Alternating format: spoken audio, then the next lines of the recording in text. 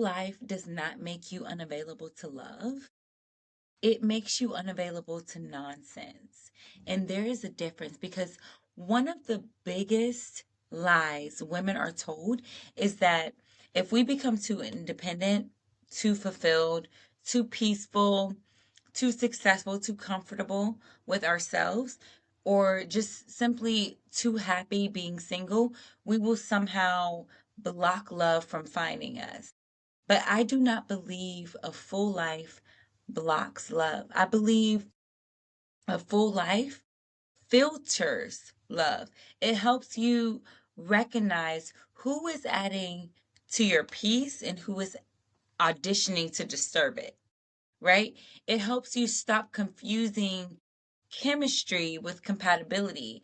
It helps you stop calling anxiety butterflies, right? We do that so often, right? It helps you stop treating potential like a completed project. It helps you stop lowering your standards just because you're tired of being alone.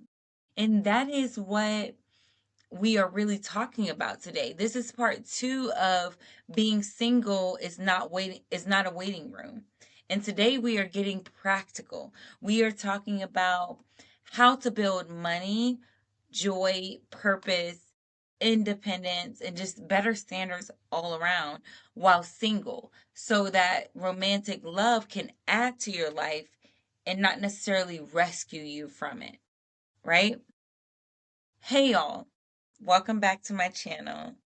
I'm Kiara Ivy, aka The Concrete Rose, and around here we talk about lifestyle design, personal growth, adulting, singlehood, child-free living, location independence, soft life strategy, and just building a life that actually feels like yours.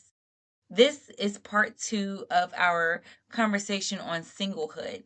And in part one, we talked about why being single is not a waiting room. We talked about removing shame from singlehood. We talked about building routines now and just creating friendships and community and using singlehood as a season of identity formation.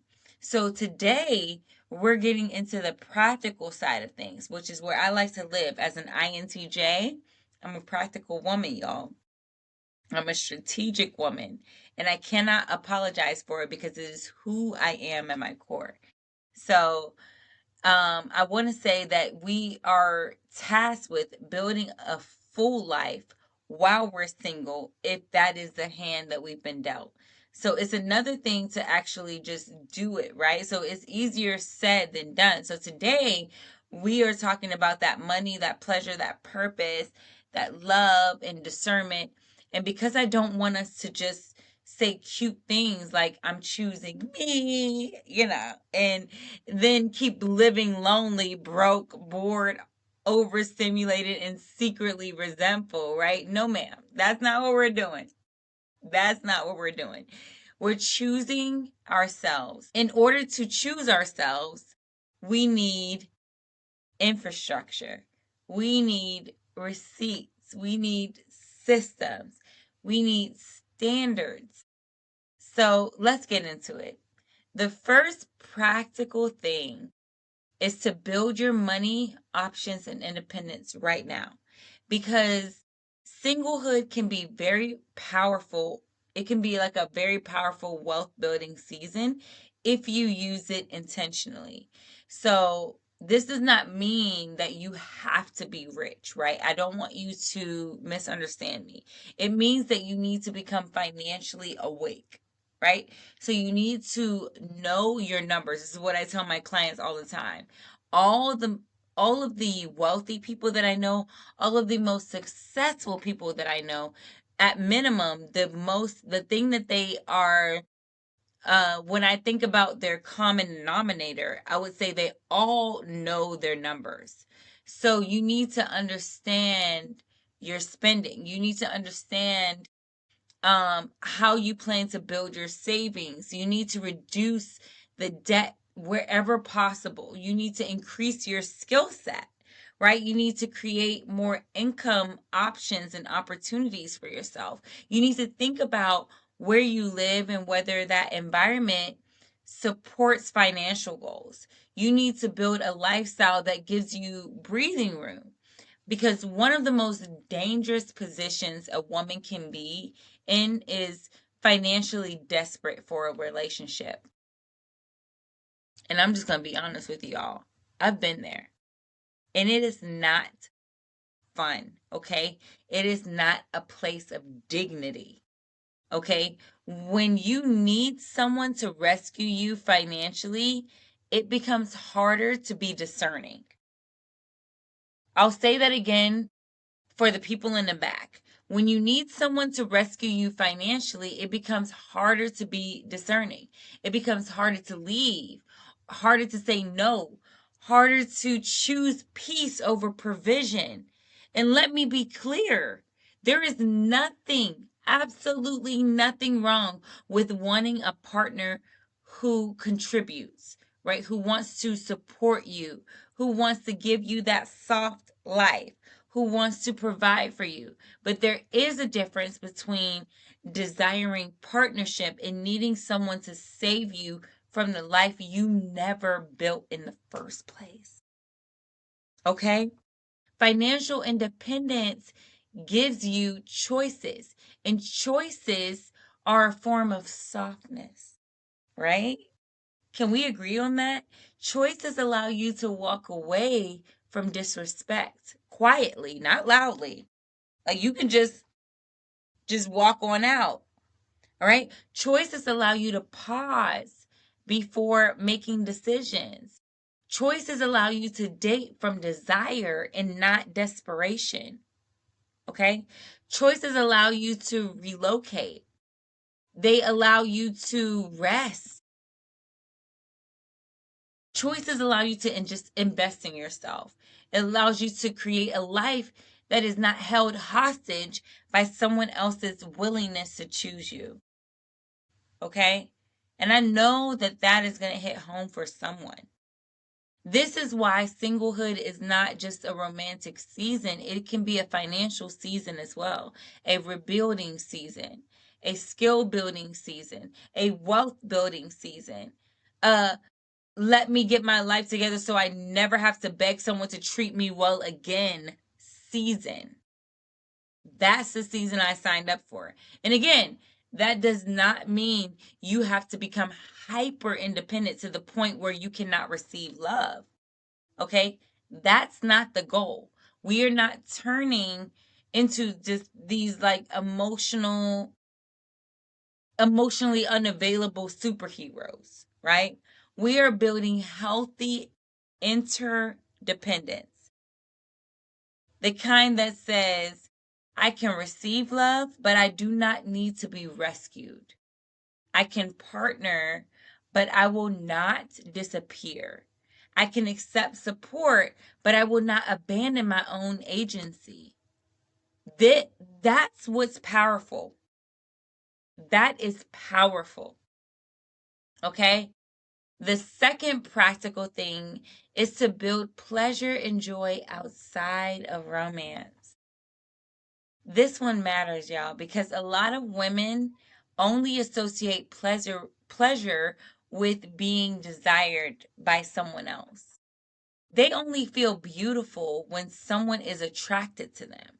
They only feel feminine when someone is pursuing them. They only feel romantic when someone is planning a date.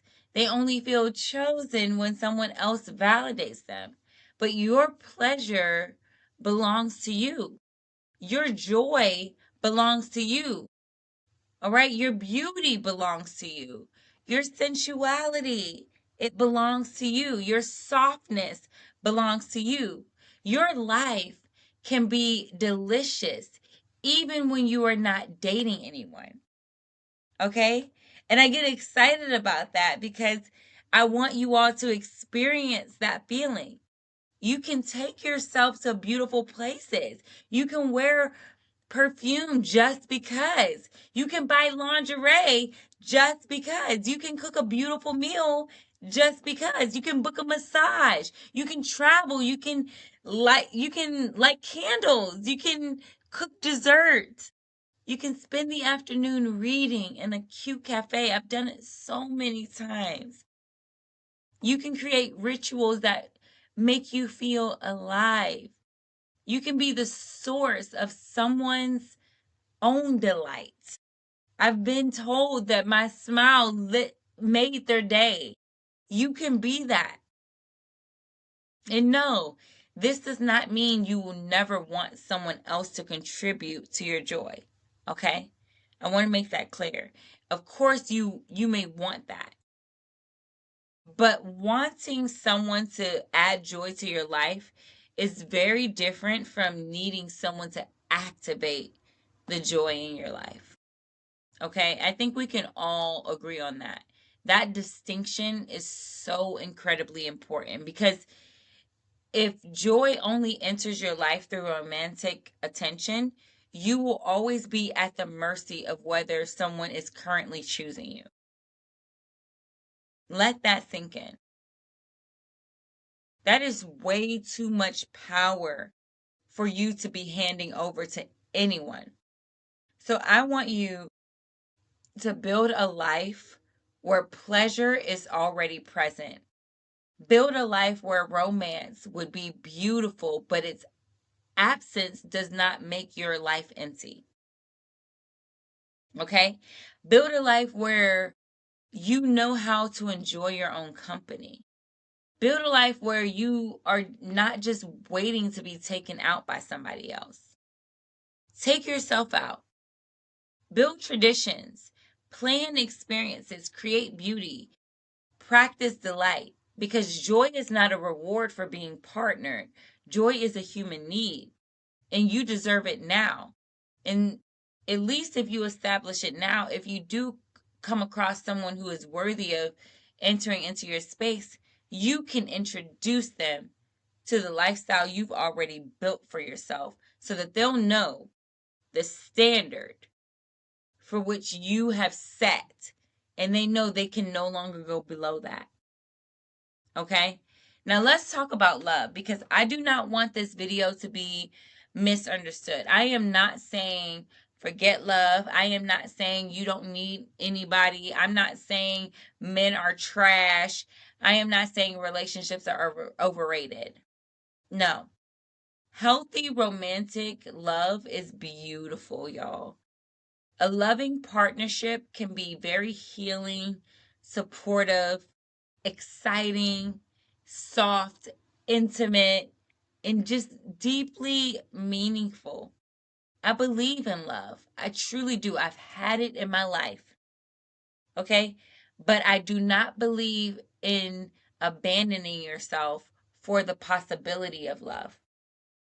Romantic love should add value to your life, not rescue you from it.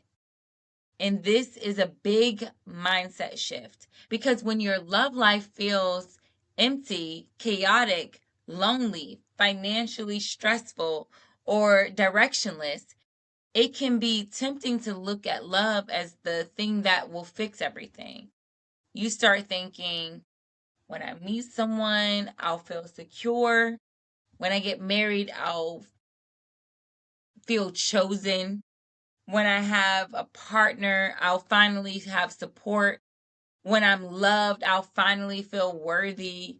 But romantic love cannot be the only structure holding up your self worth. That is so freaking dangerous, y'all. That is just too fragile. Because what happens if the relationship ends? What happens if the person disappoints you? What happens if love takes longer than expected? What happens if marriage is not the fairy tale that you imagined it to be? What happens if the person you choose cannot carry the weight of your unmet needs? This is why you build a full life so that love enters as an addition, not an emotional life raft, right? You want to be able to say, I want you, but I do not need you to make my life meaningful. I desire partnership, but I am not desperate for validation. I value love, but I will not betray myself to keep it. That kind of energy changes how you date. It changes what you tolerate. It changes what impresses you. It changes how quickly you recognize misalignment. It changes how comfortable you are walking away from almost good enough, right? Because when your life is empty, almost good enough can start to look real tempting, folks. Trust me, I've been there. But when your life is full, when it's peaceful and self led, almost good enough becomes expensive AF. Okay? The next thing I want to say is this: you can desire partnership without pausing your life. This is so incredibly important because sometimes when people talk about being single and empowered, it can sound like you are not allowed to want love. Like wanting partnership makes you weak. Like wanting marriage means you are not evolved enough. Like wanting companionship means you are not independent. I don't believe that, y'all. You are allowed to want love. You are allowed to want to be held. You are allowed to want to be just a wanted person, right? You are allowed to want marriage and romance and just someone to do life with. You are allowed. Desire is not the problem. The problem is when desire turns into delay. When you stop traveling because you are waiting for someone to join you, right? When you stop building wealth because you assume marriage will fix your finances. When you stop creating a home because you are waiting to share one. When you stop investing in friendships because you are waiting for a romantic best friend. When you stop making plans because you are waiting for your life to become real. That is the issue. Wanting love is human. Pausing your life for it is dangerous. You can date and build. You can desire and develop on a personal level. You can pray for love, right? You can pray for love and still book that trip, solo trip, right? You can be open to partnership and still buy that dream house that you always wanted. You can want marriage and still build wealth. You can want companionship and still create routines. You can want romantic love and still be the woman you are called to become. It is not either or. You can do both, but your life cannot become collateral damage while you wait. Okay? Now let's talk about discernment. A full life makes you more discerning, not less available. Okay? I'll say that again for the people in the back. A full life makes you more discerning, not less available. Some people worry that if a woman becomes too independent, too happy, too fulfilled, too successful, right? Or just simply too comfortable with herself, that she will not have room for love. I disagree. A full life does not make you unavailable to love. It makes you unavailable to the nonsense. Okay? There is a difference. When your life is full, you are not easily impressed by bare minimum effort. Okay? They're going to have to come correct or not come at all. You are not rearranging your entire schedule for inconsistent communication. You are not confusing chemistry with compatibility. You are not calling anxiety butterflies. Okay? You are not ignoring red flags because you are afraid nobody else is coming. You are not shrinking your standards just to say you have somebody. You are not treating potential like a completed project because you already have a life. And it's great. You have joy, you have routines, friends, purpose, peace. So if anyone wants access to you, they need to add to that peace, not disrupt it, not drain it or confuse it or compete with it. They have to add to it. That is why building a full life is one of the best dating strategies. Not because you are playing games, not because you are pretending not to care, but because you genuinely do care about your life. And when you care about your life, you become more careful about who gets to enter it, right? That's not bitterness, that is stewardship. You are stewarding your peace, your time, your body, your dreams, your future, your nervous system, your home, and most importantly, your heart. And everybody does not qualify for that. Okay? So let's bring this home. Build the life now, is what I'm trying to say to you. Build the life right damn now. Not when someone chooses you, not when someone chooses you, not when you get the ring, not when somebody finally validates your softness, your beauty, your depth, your worth. Okay? Right damn now. Build your money, build your joy, build your purpose, your confidence, your standards, your routines, your community, your relationship with yourself.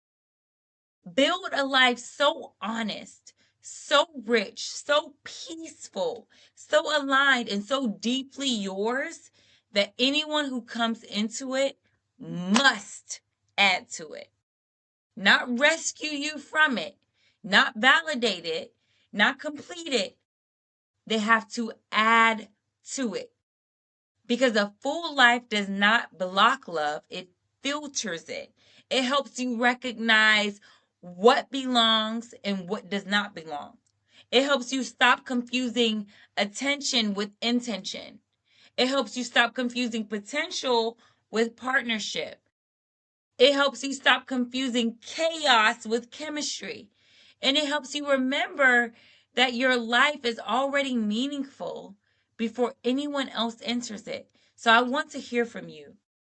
What part of your life are you building now instead of waiting for a relationship? Is it your money, your travel, your friendship, your purpose, health, your home, your soft life? Please drop it in the comments for me.